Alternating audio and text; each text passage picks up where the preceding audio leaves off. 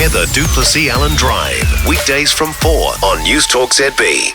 Hey, look, I am not upset about the cost of taking two planes on the diplomatic trip to China. I mean, look, yes, $150,000 on fuel for the backup plane isn't a great spend, but it's expensive. The alternative is spending up to $600 million on buying a new plane, which is what we actually need to do. My problem isn't the cost. My problem is the climate, Miles.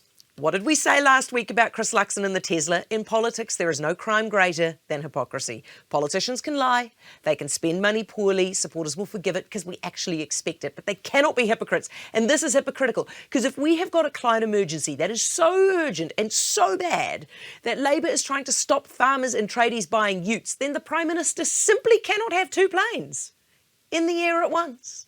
If Labor really believes that you and I have to get out of our cars and walk to work or bike enormous distances to work, I'm sorry, the Prime Minister has to give up one of his planes. He can't have two in the air at once.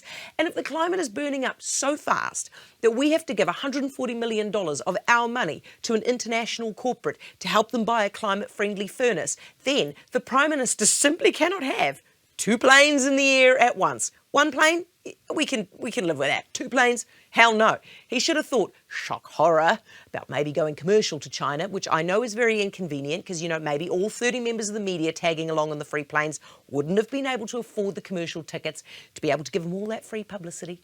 And maybe he wouldn't have been able to take his Kapahaka group. And maybe it's a little bit of a schlep dragging the Prime Minister and the entourage through the Chinese airports. But hey, it really sucks for farmers to have to shell out $7,000 in penalty tax just to buy a ute because it's a climate emergency. So, you know, what goes around comes around. I mean, look, it's hard to outdo Harry and Meghan on the climate hypocrisy, but at least they only had one private jet. Chippy's got two. Honestly, right, let's be clear, I don't think it's going to change anyone's vote at the election whether Chippy took a plane or two, made a climate hypocrite out of himself and his party. But good luck trying to take the moral high ground on the climate this election, because that was what Chippy and them were going to do. But it's going to be very hard for them to try and paint National and ACT now as the climate devils and himself as some sort of a climate warrior. Can't do that anymore because, you know, two planes in the air at once.